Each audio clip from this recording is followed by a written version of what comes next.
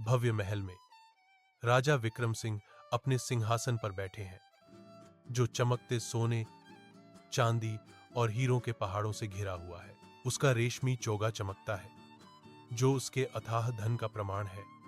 जैसे ही वह अपने साम्राज्य का सर्वेक्षण करता है, एक दरबारी उसके सामने खड़ा है। उसके चेहरे पर चिंता की लकीरें हैं, राजा के फरमान का इंतजार कर रहा है। एक तिरस्कारपूर्ण हाव भाव के साथ राजा विक्रम सिंह ने दरबारी की चिंताओं को दूर कर दिया। राजा की नजर ठंडी और अटल है। जैसे ही वह बोलता है, उसकी प्राथमिकताएं स्पष्ट हैं।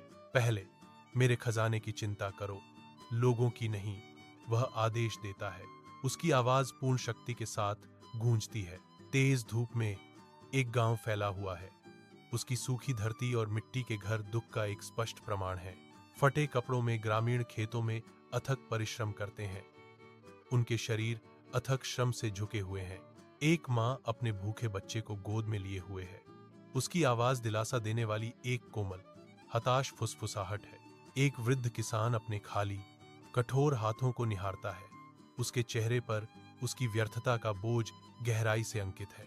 दूर एक शानदार महल चमक रहा है, जो ग्रामीणों की खामोश दुर्दशा के विपरीत एक क्रूर, चमचमाता विरोधाभास है। मंद रोशनी वाले राजा के दरबार में एक दरबारी की आवाज डर से कांपने के कारण एक स्पष्ट तनाव छाया हुआ है।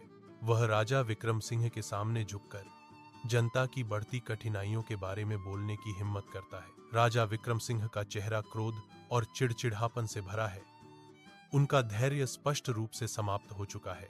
उसकी आवाज तीखी और आदेशात्मक, खामोशी को चीरती हुई आती है।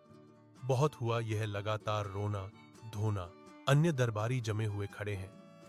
उनके चेहरे डर और चिंता से भरे हुए हैं। जैसे ही राजा घोषणा करते हैं, मैं इन लगातार शिकायतों से थक गया हूं।